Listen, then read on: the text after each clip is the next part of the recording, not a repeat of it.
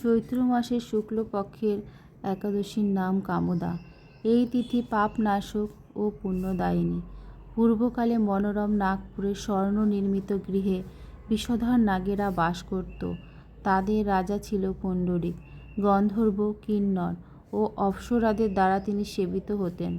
সেই পুরী মধ্যে অপ্সরা শ্রেষ্ঠ ললিতা ও ললিত নামে গন্ধর্ব স্বামী স্ত্রীরূপে ঐশ্বর্যরূপে এক গৃহে পরম সুখে দিন যাপন করত।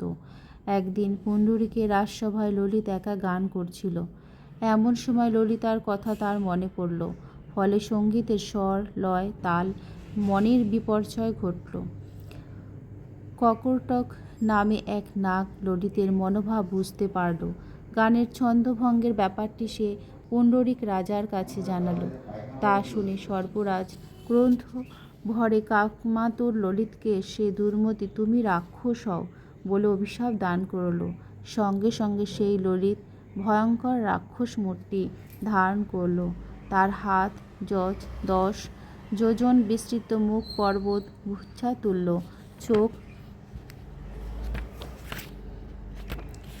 দুটি প্রজ্বলিত আগুনের মতো, ঊর্ধ্বে 8 যোজন বিস্তৃত প্রকাণ্ড এক শরীর সে লাভ করল।